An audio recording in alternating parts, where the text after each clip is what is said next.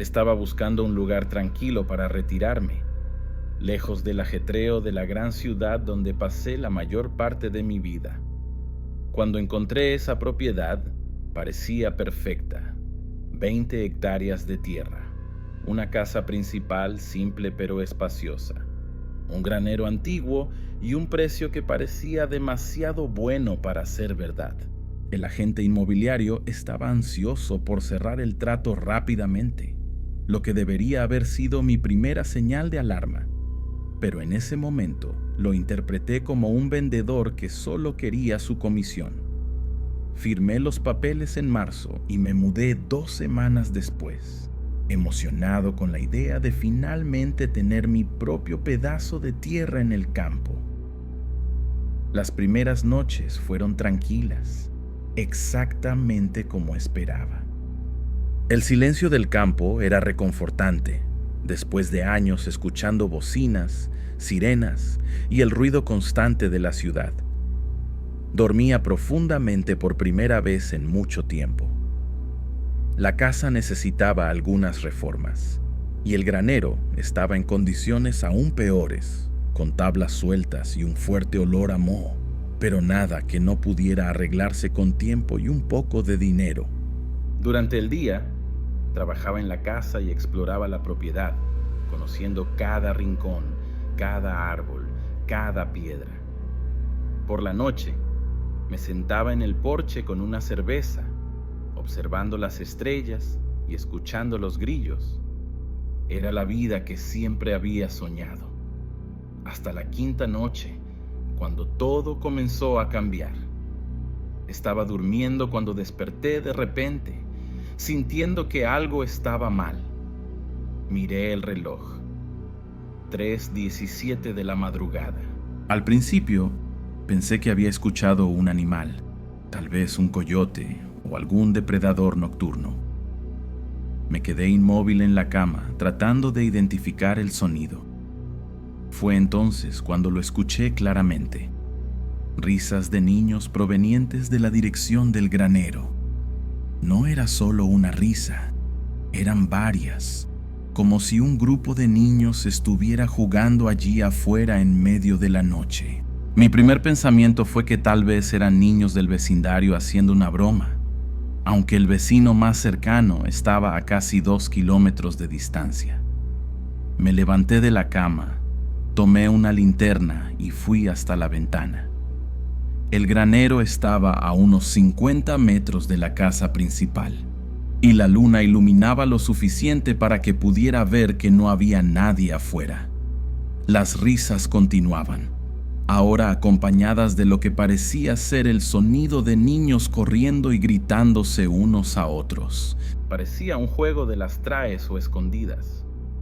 Sentí un escalofrío recorrer mi espina dorsal. Aquello no tenía sentido. Me puse una chaqueta sobre el pijama. Me calcé las botas y salí a investigar, con la linterna en una mano y un bate de béisbol en la otra. El aire de la noche estaba helado, y cada paso que daba hacia el granero hacía que mi corazón latiera más fuerte.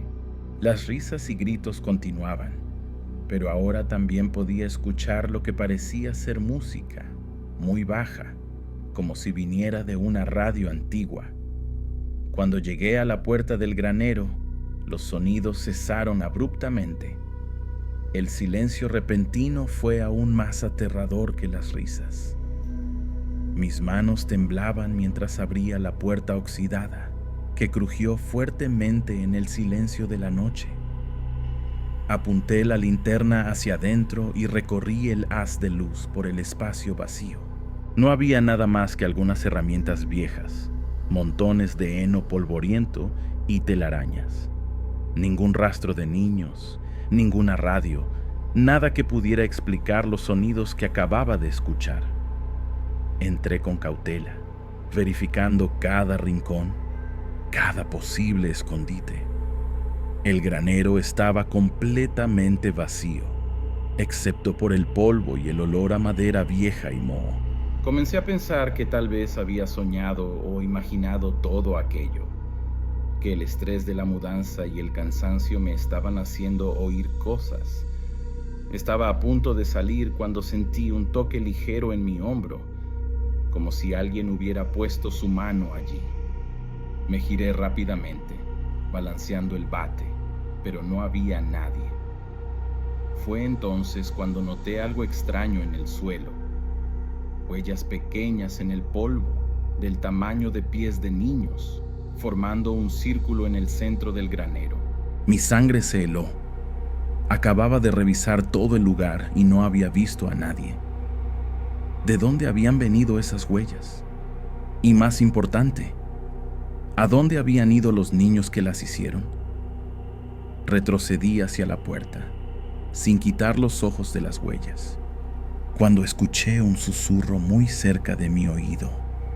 «Ven a jugar con nosotros». La voz era infantil, pero había algo mal en ella, algo que no sonaba natural. No esperé para descubrir nada más. Corrí de vuelta a la casa, cerré con llave todas las puertas y ventanas, y pasé el resto de la noche despierto, con todas las luces encendidas. A la mañana siguiente, me convencí a mí mismo de que había sido solo mi imaginación jugándome trucos.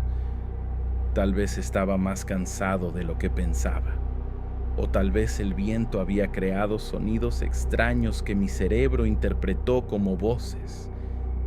Pero no podía dejar de pensar en las huellas y en aquel susurro.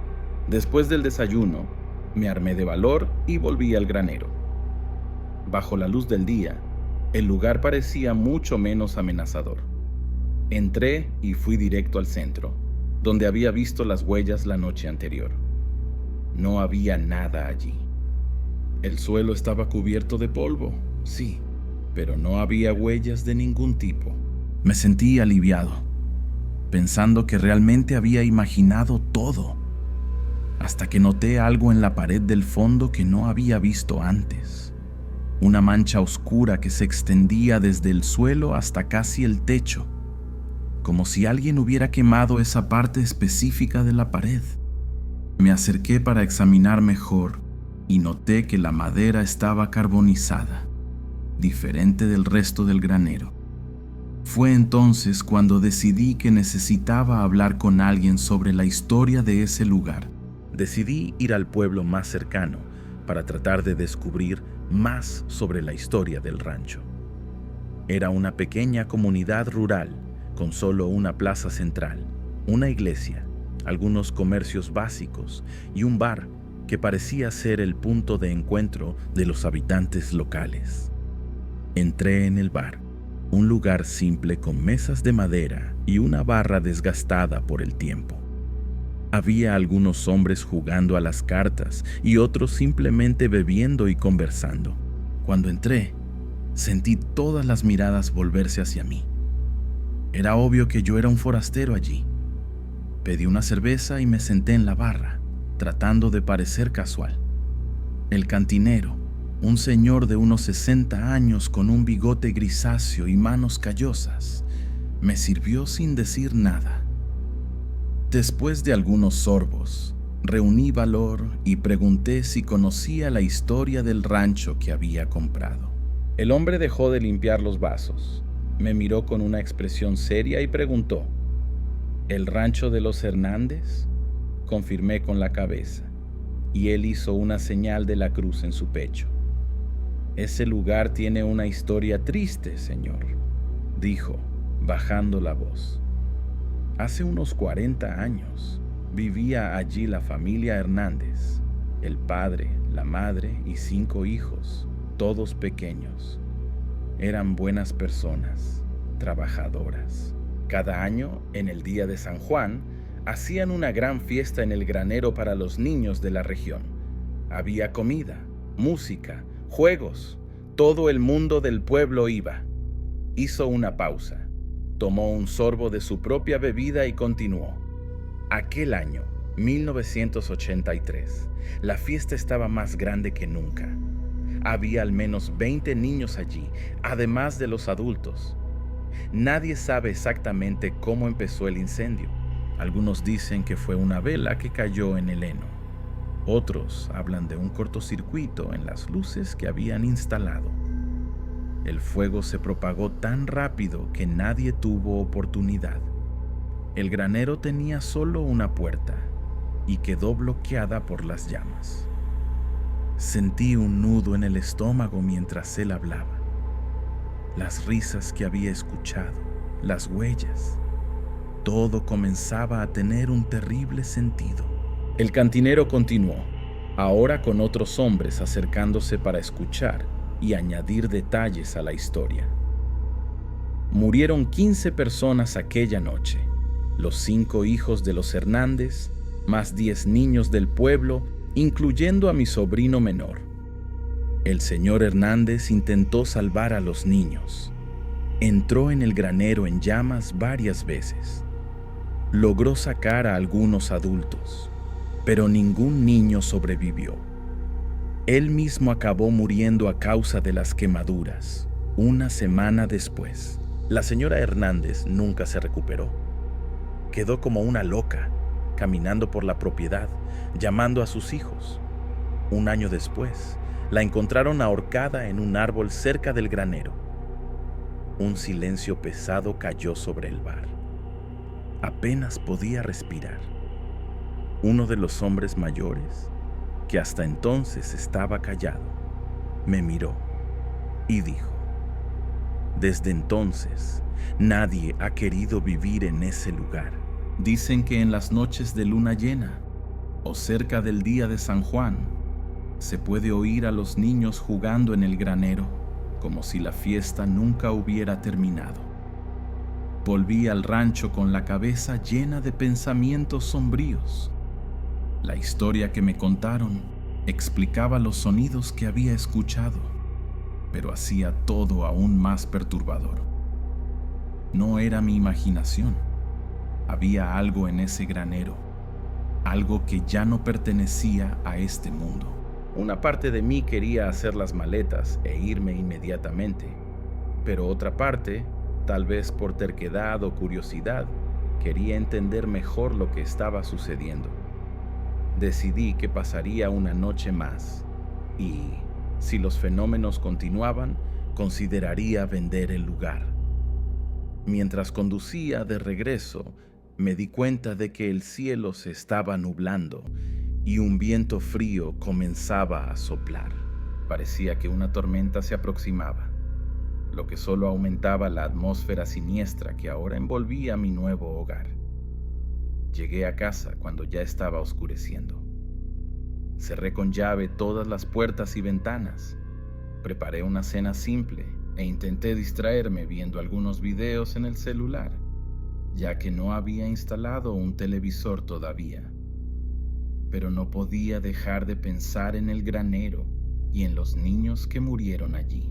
Alrededor de las 10 de la noche, la tormenta llegó con toda su fuerza. Los relámpagos cortaban el cielo, iluminando brevemente todo el terreno, y el ruido de los truenos hacía temblar la casa. La lluvia caía pesada, golpeando contra las ventanas como si quisiera entrar. En medio de la tormenta, comencé a oír nuevamente, primero muy bajo, casi imperceptible, luego cada vez más alto, el sonido de niños riendo y jugando. Pero esta vez no venía solo del granero. Parecía estar en todas partes, alrededor de la casa, como si los niños estuvieran corriendo afuera, bajo la lluvia. Intenté ignorarlo, aumentando el volumen del video que estaba viendo, pero era imposible. Las risas y gritos de alegría parecían penetrar por las paredes.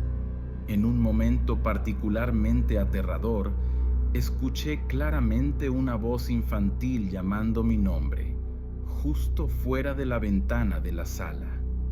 ¿Cómo saben mi nombre?, pensé en pánico. No aguantando más, fui hasta la ventana y abrí una rendija en la cortina para mirar afuera. Un relámpago iluminó el patio en ese exacto momento. y lo que vi me hizo retroceder horrorizado. Había siluetas de niños corriendo por el patio, pero no parecían sólidas. Era como si estuvieran hechas de humo o niebla, y sus movimientos eran extraños, casi mecánicos. Lo más perturbador era que, a pesar de la lluvia torrencial, no parecían mojarse. El agua simplemente pasaba a través de ellos. Dejé caer la cortina y retrocedí hasta chocar con la pared opuesta. Mi corazón latía tan fuerte que parecía que iba a salir por mi boca. Fue entonces cuando noté que la temperatura dentro de la casa había bajado drásticamente. Podía ver mi propia respiración formando pequeñas nubes en el aire. Las luces comenzaron a parpadear y entonces, sin aviso, toda la electricidad se fue. Quedé en la oscuridad total, excepto por los relámpagos ocasionales que iluminaban brevemente el ambiente. Tanteé a ciegas buscando la linterna que había dejado sobre la mesa, pero no podía encontrarla. Fue entonces cuando lo sentí, esa misma sensación de un toque ligero en mi hombro. Me giré rápidamente, pero no había nadie allí, o al menos nadie que pudiera ver en la oscuridad. «Ven a jugar con nosotros», susurró una voz infantil muy cerca de mi oído, la misma que había escuchado en el granero. Pero ahora no era solo una voz, eran varias, un coro de voces infantiles, algunas riendo, otras llamando mi nombre, todas pidiendo que jugara con ellas. Sentí manos pequeñas y frías tocando mis brazos, mi espalda, mi rostro. No podía verlas, pero podía sentirlas por todas partes. El pánico se apoderó de mí. Corrí a ciegas por la casa, tropezando con los muebles, tratando de llegar a la puerta principal. Las voces y risas me seguían, cada vez más altas, cada vez más insistentes. Cuando finalmente alcancé la puerta y la abrí, un relámpago iluminó el patio, y lo que vi me dejó paralizado de miedo. Decenas de niños estaban parados frente a la casa, todos mirándome. Pero no eran niños normales. Su ropa y piel parecían quemadas, carbonizadas, y sus ojos brillaban como brasas encendidas. Cerré la puerta con toda la fuerza y me apoyé en ella, como si mi cuerpo pudiera servir de barrera contra aquellas criaturas. Mi corazón latía tan fuerte que parecía que iba a explotar. Estaba temblando incontrolablemente y el sudor frío corría por mi rostro a pesar del frío que hacía en la casa. Durante algunos minutos permanecí allí paralizado, escuchando las risas y llamados del exterior. Entonces, de repente, todo quedó en silencio. El único sonido era el de la lluvia golpeando el techo y las ventanas. Ese silencio repentino era casi tan aterrador como los sonidos que lo precedieron. Lentamente, reuní valor para alejarme de la puerta. Necesitaba encontrar mi linterna o alguna fuente de luz. Tanteando en la oscuridad, logré llegar hasta la cocina, donde guardaba algunas velas de emergencia. Con manos temblorosas, encendí una vela y el pequeño círculo de luz me trajo un mínimo de confort. Fue cuando escuché un ruido proveniente del piso superior, pasos ligeros, como de niños corriendo por el pasillo. Están dentro de la casa, pensé, sintiendo un nuevo brote de pánico. No había forma de escapar. No podía salir al patio, donde decenas de aquellas criaturas me esperaban, y ahora también estaban dentro de la casa. Tomé un gran cuchillo de cocina, aunque dudaba que pudiera hacer algún daño a seres que parecían hechos de humo. Los pasos en el piso superior continuaban, ahora acompañados de risas ahogadas y el sonido de puertas abriéndose y cerrándose, como si estuvieran buscándome. Decidí que mi única oportunidad era intentar llegar a mi coche y huir de allí. El garaje tenía una puerta que daba al lateral de la casa.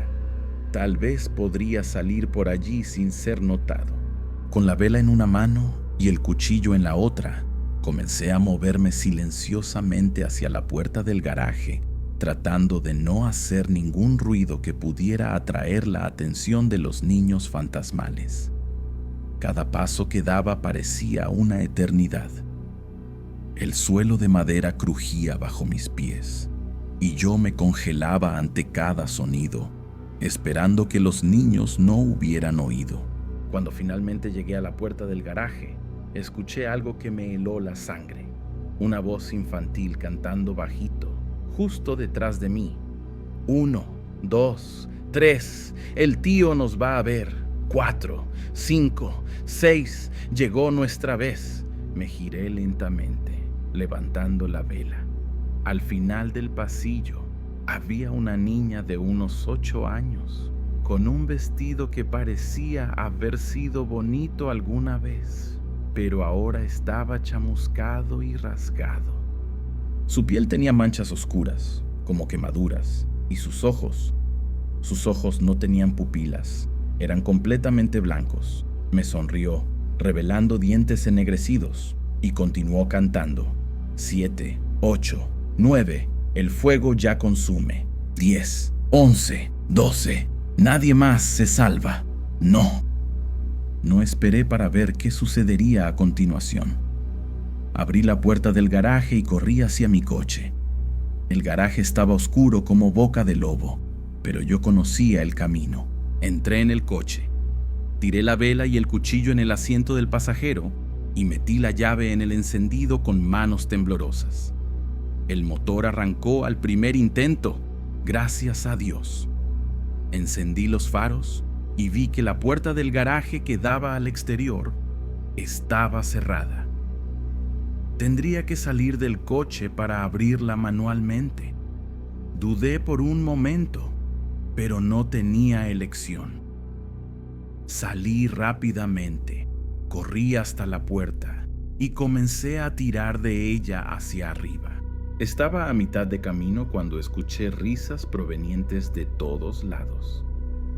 A la luz de los faros del coche, vi que el garaje se estaba llenando de niños, saliendo de rincones oscuros, de detrás de cajas, algunos pareciendo atravesar las propias paredes, todos con la misma apariencia quemada, todos con aquellos ojos horribles, todos sonriéndome. Con un último esfuerzo desesperado, logré abrir la puerta completamente. Corrí de vuelta al coche, sintiendo pequeñas manos tratando de agarrarme, de tirar de mí. Entré en el coche y pisé a fondo el acelerador. El coche salió disparado del garaje hacia la lluvia torrencial. Los faros iluminaron el patio, revelando aún más niños parados bajo la lluvia, todos observándome. Conduje por el camino de tierra que llevaba a la salida de la propiedad, derrapando en el barro, casi perdiendo el control varias veces. Por el retrovisor vi luces en el granero, no luces eléctricas, sino el brillo anaranjado de llamas. El granero estaba incendiándose, exactamente como en aquella noche fatídica 40 años atrás, y frente al granero en llamas, decenas de siluetas infantiles, todas mirando en mi dirección, todas despidiéndose con la mano. Conduje sin parar hasta el pueblo más cercano, donde encontré un pequeño hotel. Estaba empapado, temblando y probablemente pareciendo un loco, pero el recepcionista somnoliento no hizo preguntas, solo me dio una habitación. Pasé toda la noche despierto, con todas las luces encendidas, esperando en cualquier momento escuchar risas infantiles o sentir aquel toque frío en mi hombro. Pero nada sucedió. Cuando el sol finalmente salió, decidí que nunca más volvería a aquel rancho. Llamé al agente inmobiliario aún temprano por la mañana, diciendo que quería vender la propiedad inmediatamente, a cualquier precio. No pareció sorprendido. Sucede mucho, dijo con un suspiro. La gente compra, se queda algunos días y luego quiere deshacerse del lugar lo más rápido posible. Algunos ni siquiera vuelven para recoger sus pertenencias. Vendí el rancho por menos de la mitad de lo que pagué, pero no me importó. Solo quería librarme de aquel lugar y de los recuerdos de lo que había vivido allí. Volví a la propiedad solo una vez, durante el día, acompañado por el agente inmobiliario y por 2 hombres que contraté para ayudarme a recoger mis pertenencias. El granero estaba intacto. No había señal del incendio que había visto la noche anterior. Cuando mencioné esto a la gente, se encogió de hombros y dijo: el granero siempre parece incendiarse en las noches de tormenta, pero por la mañana siempre está allí, como si nada hubiera sucedido. Es parte de lo que sea que esté sucediendo en ese lugar. Recogí mis cosas lo más rápido posible, sin mirar mucho alrededor, temiendo ver algo que no quería. Antes de irme, eché un último vistazo al granero. Por un instante, tuve la impresión de ver rostros de niños en las ventanas, observando mi partida. Pero cuando parpadeé, no había nada allí. Eso sucedió hace 5 años, y desde entonces he tratado de olvidar aquella experiencia. Me mudé a una gran ciudad, donde el ruido constante y las luces brillantes me hacen sentir seguro. Raramente salgo de noche y nunca, jamás, me quedo solo en la oscuridad. Conté esta historia a algunos amigos cercanos, pero la mayoría piensa que exageré o que tuve algún tipo de alucinación causada por el estrés de la mudanza. Tal vez tengan razón. Tal vez todo haya sido fruto de mi imaginación, alimentada por las historias que escuché en el bar. Pero entonces, ¿por qué aún despierto en medio de la noche, sudando frío, creyendo haber oído risas de niños? ¿Por qué a veces, cuando estoy solo en casa, siento aquel toque ligero en mi hombro?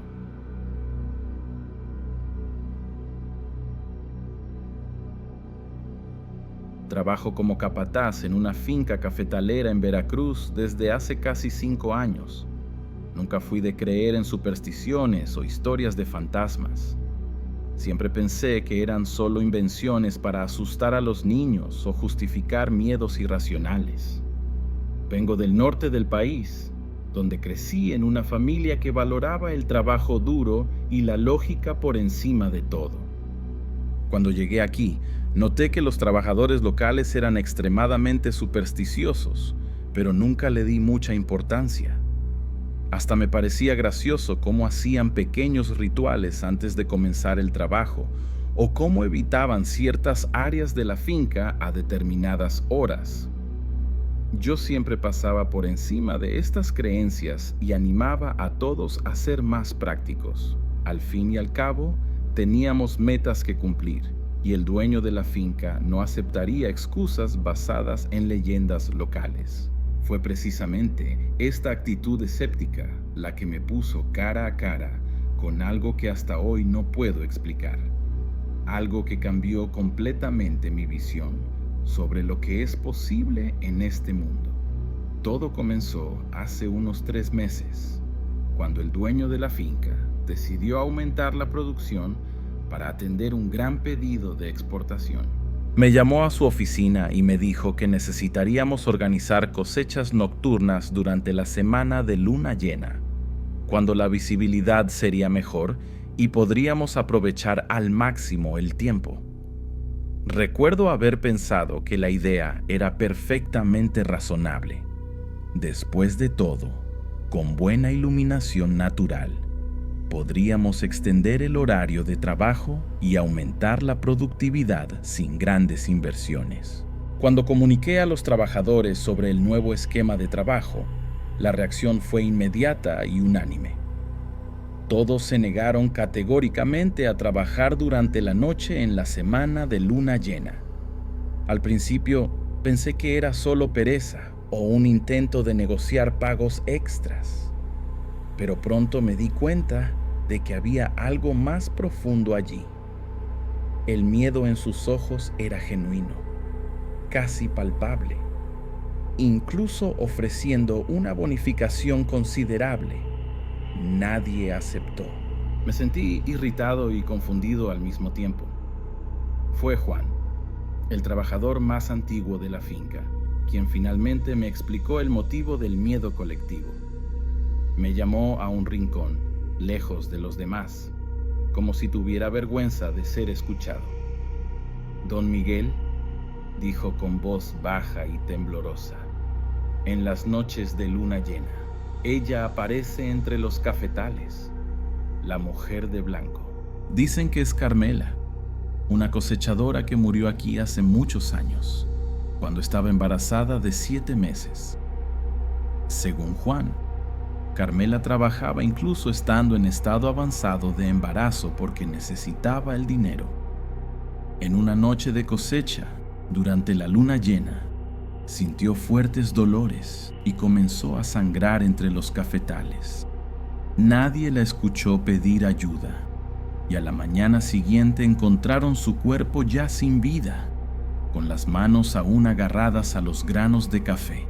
Desde entonces, decían que su espíritu vagaba por la plantación en las noches de luna llena, buscando a su hijo no nacido y atormentando a cualquiera que se atreviera a perturbar su descanso eterno.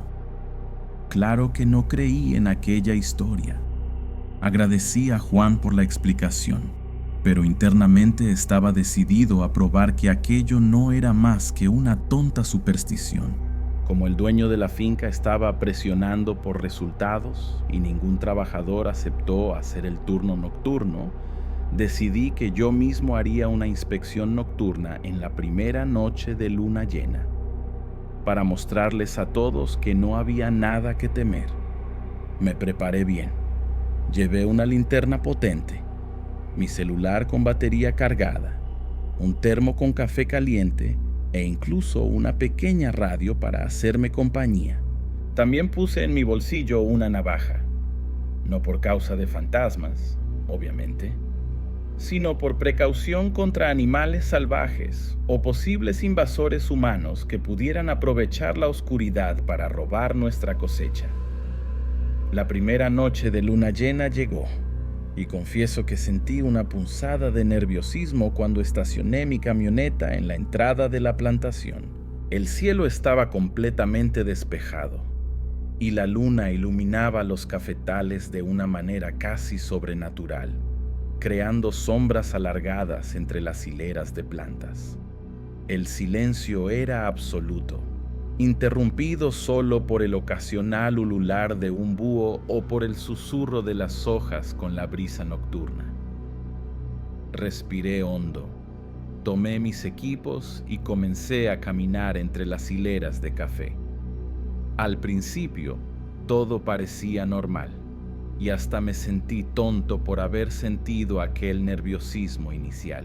Caminé por casi 1 hora, inspeccionando las plantas, verificando si estaban listas para la cosecha y ocasionalmente haciendo anotaciones en una pequeña libreta que llevaba conmigo. La luna estaba tan brillante que apenas necesité usar la linterna.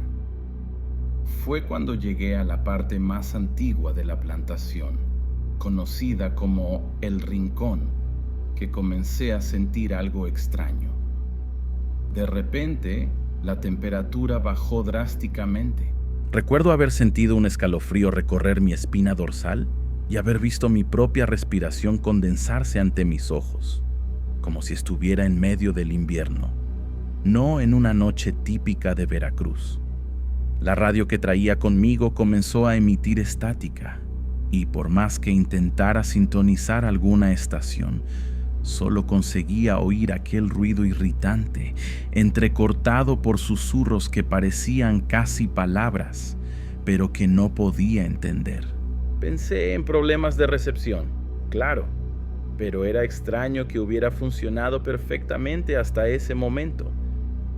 Decidí apagarla y continuar mi inspección en silencio. Fue cuando escuché, claramente, el sonido de pasos ligeros detrás de mí, como si alguien estuviera caminando descalzo sobre la tierra húmeda. Me giré rápidamente, apuntando la linterna en la dirección del sonido, pero no había nadie allí. Debe ser algún animal, pensé, tratando de mantener la calma. Continué caminando, pero ahora con todos mis sentidos en alerta. Los sonidos de pasos continuaron, a veces pareciendo venir de detrás de mí, a veces de los lados, como si alguien me estuviera siguiendo, escondiéndose entre las hileras de café. Comencé a llamar, pensando que podría ser algún trabajador curioso o tal vez un intruso. ¿Quién está ahí? Muéstrese. Mi voz hizo eco entre las plantas, pero nadie respondió. Solo el sonido de los pasos, ahora más rápidos, como si la persona o lo que fuera estuviera corriendo a mi alrededor. Sentí mi corazón acelerarse y mi boca secarse. Por primera vez en la vida, sentí miedo de verdad, un miedo primitivo e irracional que parecía venir de las profundidades de mi ser. Decidí que ya era suficiente por aquella noche. Comencé a caminar de vuelta hacia donde había dejado mi camioneta, tratando de mantener un paso firme y confiado, aunque por dentro estuviera en pánico. Fue cuando giré en una de las hileras que la vi por primera vez. Al final del corredor formado por las plantas de café, a unos 30 metros de distancia, estaba una figura femenina vestida de blanco. La luz de la luna la iluminaba por detrás, creando una silueta fantasmagórica. Estaba parada, completamente inmóvil, con los brazos extendidos al lado del cuerpo. Incluso a distancia, pude notar que su vestido parecía mojado y manchado a la altura del vientre con algo oscuro que solo podría ser sangre. Me quedé paralizado, incapaz de moverme o gritar. Mi mente racional intentaba encontrar explicaciones. Una trabajadora gastando una broma, una coincidencia, una alucinación causada por el cansancio. Pero mi instinto gritaba que estaba ante algo que no debería existir.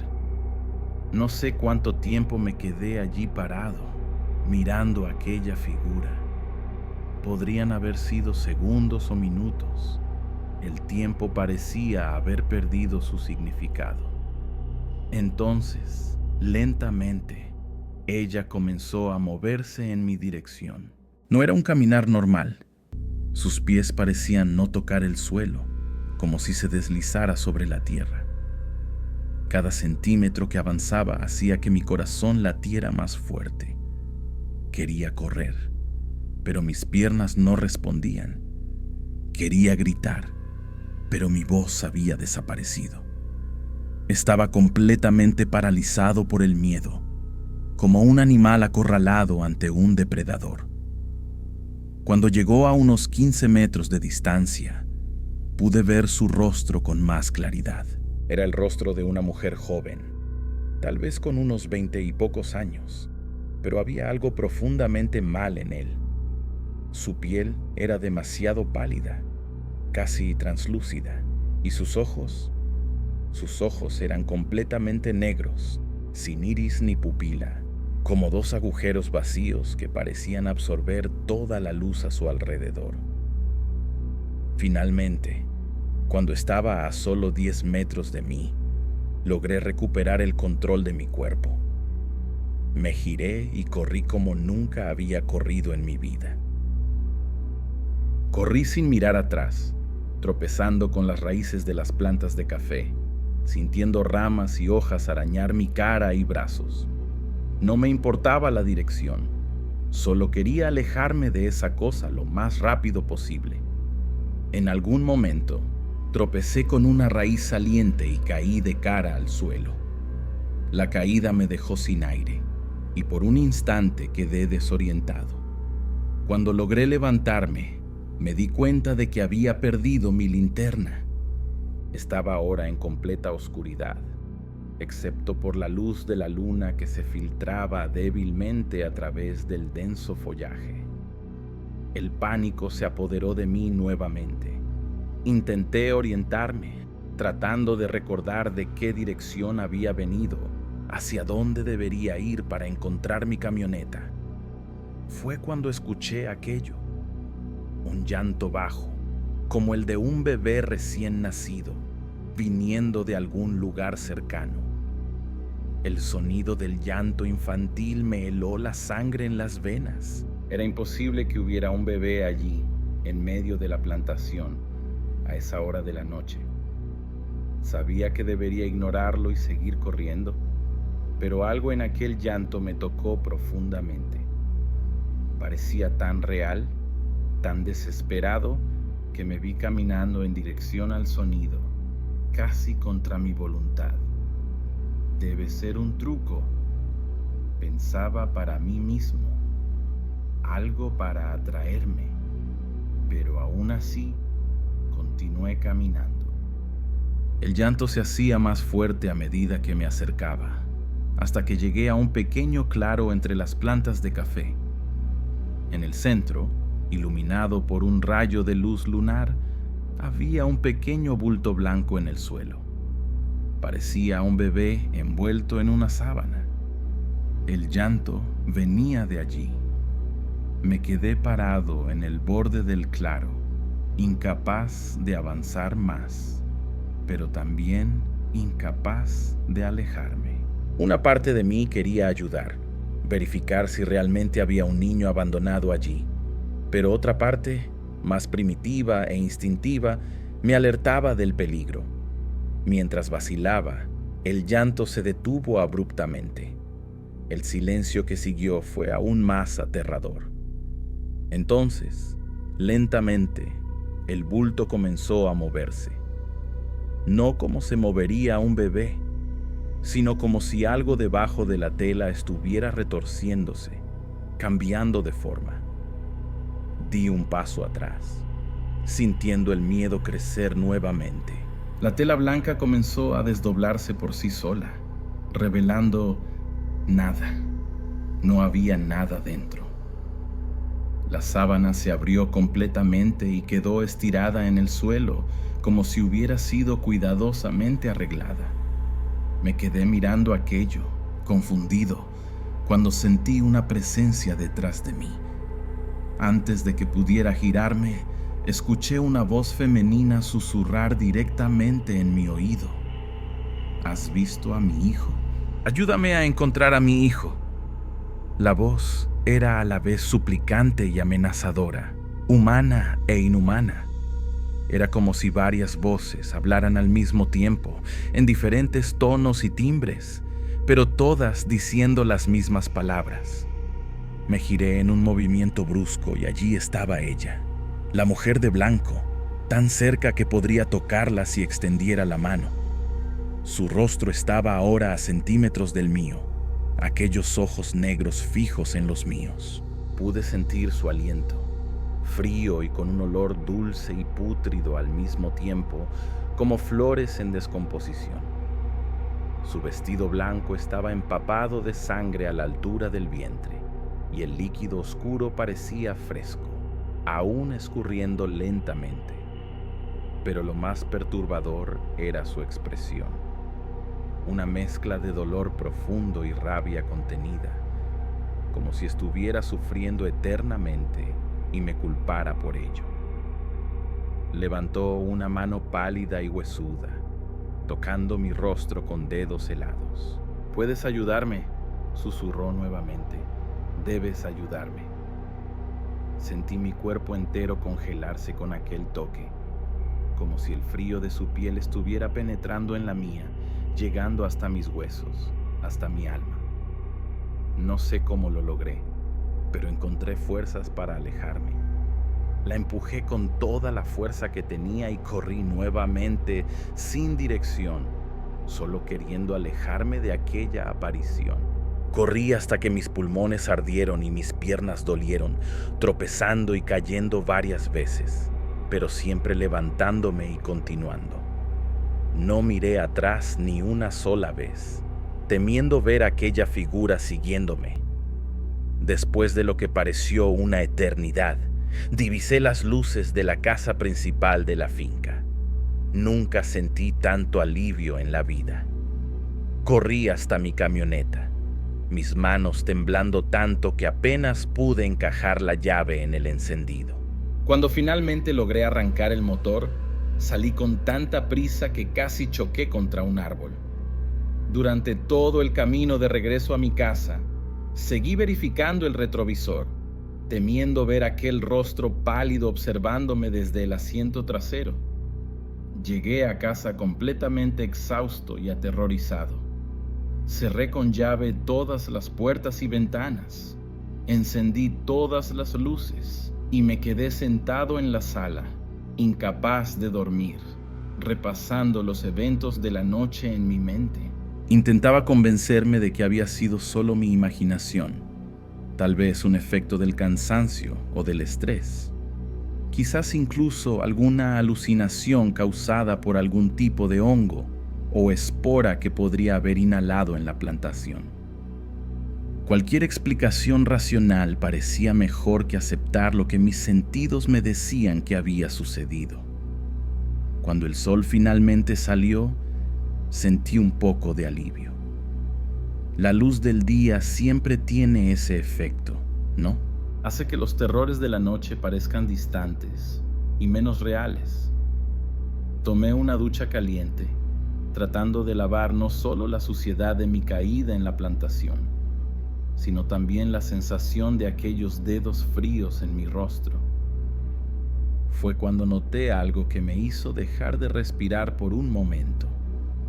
Había 5 marcas moradas en mi mejilla, exactamente donde ella me había tocado, como si fueran hematomas dejados por dedos.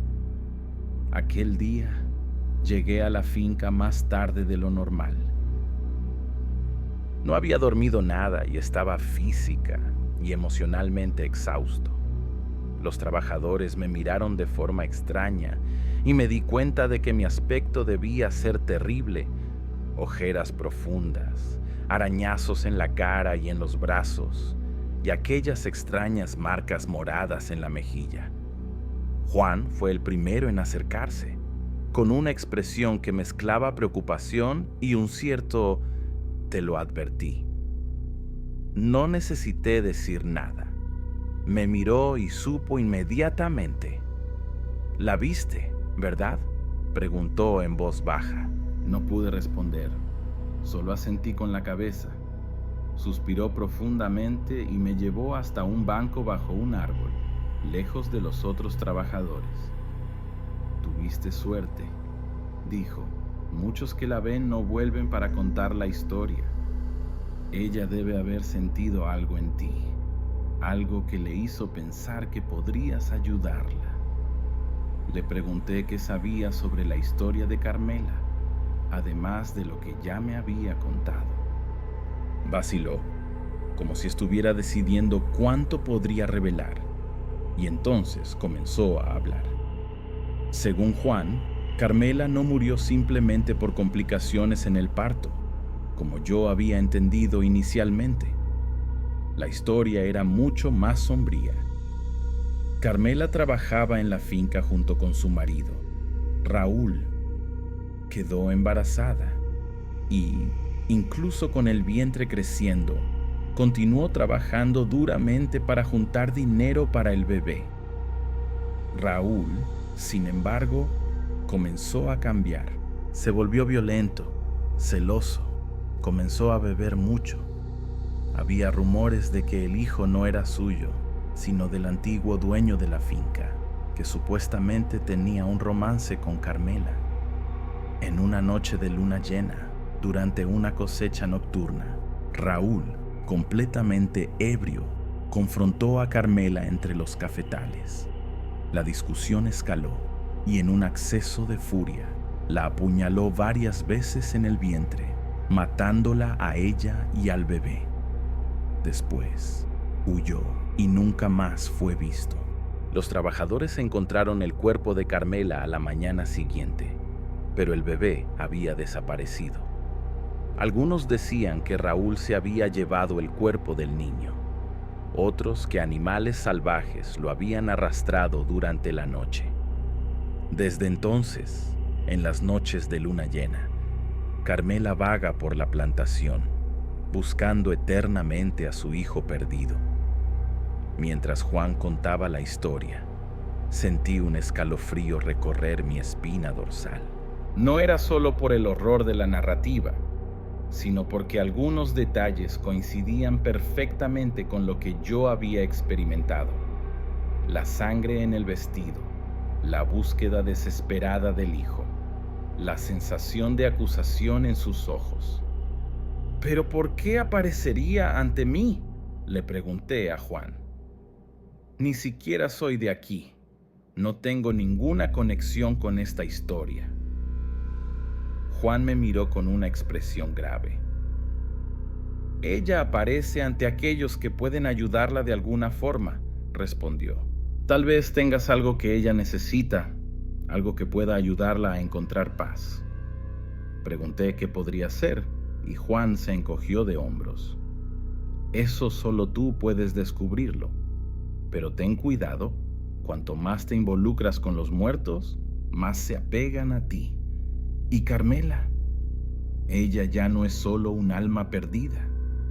Años de sufrimiento y rabia la han transformado en algo más oscuro, más peligroso. Hizo la señal de la cruz y murmuró una oración en voz baja. Si te ha marcado, dijo, señalando las marcas en mi rostro, significa que te ha elegido. Volverá por ti. Las palabras de Juan me dejaron profundamente perturbado. Pasé el resto del día intentando concentrarme en el trabajo, pero mi mente seguía volviendo a los eventos de la noche anterior y a la historia que acababa de escuchar. Decidí que no volvería a la plantación durante la noche, al menos no mientras la luna llena aún estuviera en el cielo. Comuniqué al dueño de la finca que necesitaríamos posponer las cosechas nocturnas debido a la resistencia de los trabajadores y sugerí que contratáramos temporales de otras regiones que no conocieran las supersticiones locales. No estaba contento, pero accedió a regañadientes. Volví a casa más temprano aquel día, exhausto y ansioso por algunas horas de sueño reparador. Tomé una ducha caliente, preparé una cena simple y me acosté, esperando que el cansancio me venciera rápidamente. Pero el sueño no llegó. Me quedé acostado en la oscuridad, cada pequeño ruido haciéndome sobresaltar. Las marcas en mi rostro aún dolían, como si su toque hubiera dejado algún tipo de veneno que lentamente se extendía bajo mi piel. Cuando finalmente logré dormirme, fue para sumergirme en terribles pesadillas. Soñé que estaba perdido en la plantación de café, corriendo entre hileras interminables de plantas que parecían cerrarse a mi alrededor como paredes vivas. El llanto de un bebé resonaba por todas partes, pero cada vez que seguía el sonido, cambiaba de dirección. De repente, me encontré en un claro, el mismo de la noche anterior. En el centro estaba Carmela, pero esta vez no estaba sola. En sus brazos sostenía un pequeño bulto ensangrentado. Me miró con aquellos ojos negros y vacíos y dijo: «Puedes salvarlo, aún hay tiempo». Entonces, lentamente, comenzó a desenvolver el paquete, revelando: desperté gritando antes de ver lo que había dentro. Estaba empapado en sudor, mi corazón latiendo tan fuerte que parecía que iba a romper mi pecho. Miré el reloj. Eran las 3:33 de la madrugada. La llamada hora muerta, cuando el velo entre los mundos de los vivos y los muertos supuestamente es más delgado. Y entonces me di cuenta de que no estaba solo en la habitación. Ella estaba allí, parada a los pies de mi cama. Carmela. Su vestido blanco manchado de sangre brillaba débilmente en la oscuridad, como si emitiera una luz propia, enfermiza. Su rostro estaba parcialmente cubierto por cabellos negros y desgreñados, pero podía ver sus ojos, aquellos terribles ojos negros, fijos en mí. Intenté gritar, pero ningún sonido salió de mi garganta. Intenté moverme, pero mi cuerpo estaba paralizado, como si un peso enorme estuviera sobre mi pecho, impidiendo incluso que respirara adecuadamente. Ella comenzó a moverse lentamente alrededor de la cama, sus pies no haciendo ningún sonido al tocar el suelo. Cuando llegó al lado de la cama, se inclinó sobre mí, su rostro ahora a centímetros del mío.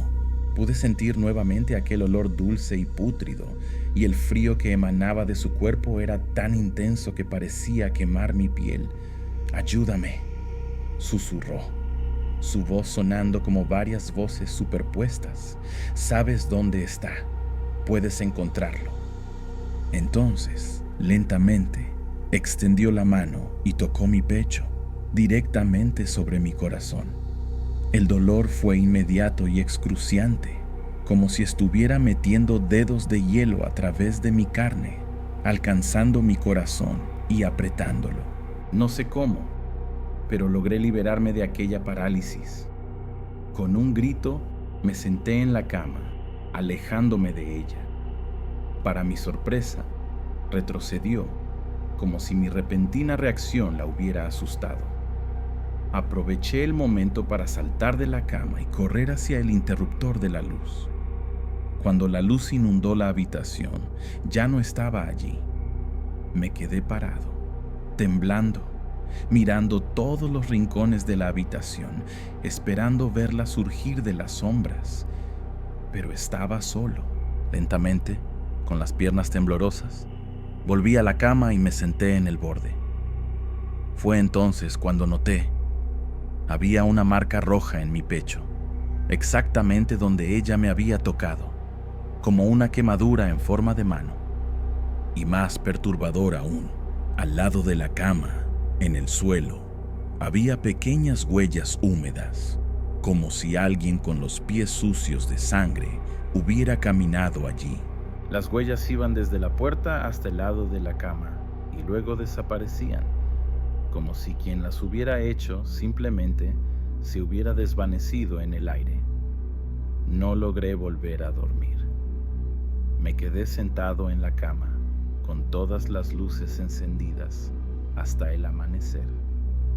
Cuando el sol finalmente salió, sentí un alivio momentáneo, pero sabía que la noche volvería, y con ella, posiblemente, Carmela.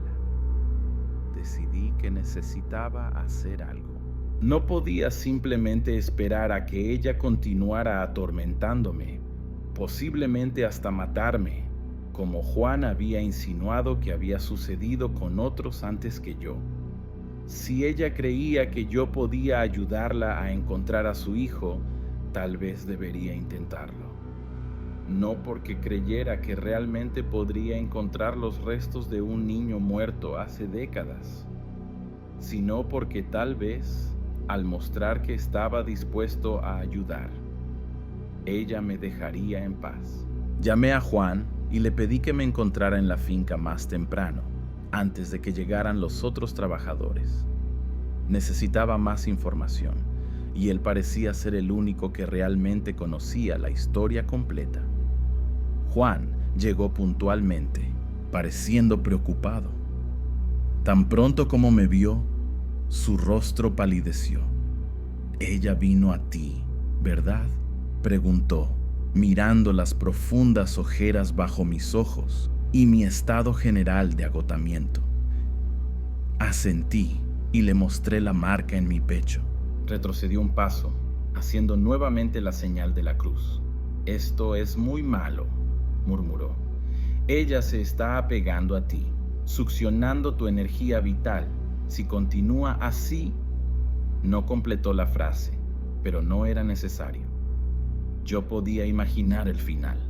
Le pregunté si sabía dónde Raúl podría haber escondido el cuerpo del bebé, si es que realmente se lo había llevado. Juan vaciló, mirando alrededor como si temiera ser escuchado, aunque estábamos solos. «Sí, en Iron Seabird hay rumores», dijo finalmente, «de que enterró al niño en algún lugar en la parte más antigua de la plantación, cerca de un gran árbol de ceiba que ya existía incluso antes de que la finca fuera construida. Dicen que creía que enterrar el cuerpo en suelo sagrado impediría que el espíritu del niño volviera para atormentarlo por su crimen».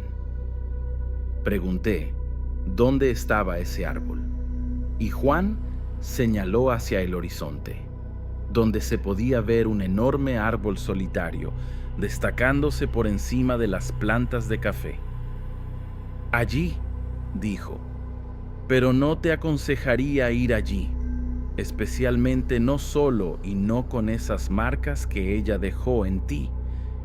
Tiene una conexión contigo ahora. Cuanto más cerca estés de lo que ella busca, más fuerte se volverá». Ignoré la advertencia de Juan. Estaba desesperado por una solución. Y si había la menor posibilidad de que encontrar los restos del bebé pudiera hacer que Carmela siguiera adelante y me dejara en paz, tenía que intentarlo. Esperé hasta el final de la jornada laboral, cuando todos ya se habían ido. El sol se estaba poniendo cuando comencé a caminar hacia la gran ceiba. El árbol era realmente impresionante. Debía tener cientos de años, con un tronco masivo y ramas que se extendían como brazos gigantes en todas direcciones. Había algo imponente y casi sagrado en él, y entendí por qué Raúl habría elegido ese lugar. A medida que me acercaba, sentí un cambio en la atmósfera. El aire se volvió más pesado, más frío, y un silencio antinatural cayó sobre el área, como si todos los sonidos de la naturaleza hubieran sido amortiguados. No había pájaros cantando, ni insectos zumbando, ni siquiera el sonido del viento en las hojas. Era como si hubiera entrado en una burbuja de silencio, separada del resto del mundo. Al llegar al pie de la gran ceiba, sentí un frío intenso que no tenía nada que ver con el clima de Veracruz. Mi respiración formaba pequeñas nubes de condensación, como si estuviera en pleno invierno. Miré alrededor, buscando alguna señal de perturbación en el suelo, algo que pudiera indicar dónde un cuerpo habría sido enterrado décadas atrás. La luz del crepúsculo estaba disminuyendo rápidamente, y sabía que pronto estaría completamente oscuro. Saqué una pequeña pala que había traído en la mochila y comencé a examinar el terreno alrededor del árbol. No sabía exactamente qué estaba buscando, pero algo me decía que lo sabría cuando lo encontrara. Caminé en círculos cada vez mayores alrededor del tronco, observando atentamente el suelo. Fue cuando completé el tercer círculo que lo noté. Había una pequeña depresión en el suelo, casi imperceptible, como si la tierra se hubiera hundido ligeramente a lo largo de los años. Y, creciendo exactamente en ese punto, había un pequeño arbusto de flores blancas que no se parecían a nada que yo hubiera visto antes en la plantación. Me arrodillé y comencé a cavar en ese punto. El suelo estaba sorprendentemente blando, cediendo fácilmente a la pala. Cavé durante algunos minutos, el sudor corriendo por mi rostro a pesar del frío antinatural. De repente, la pala golpeó algo sólido. Mi corazón se aceleró.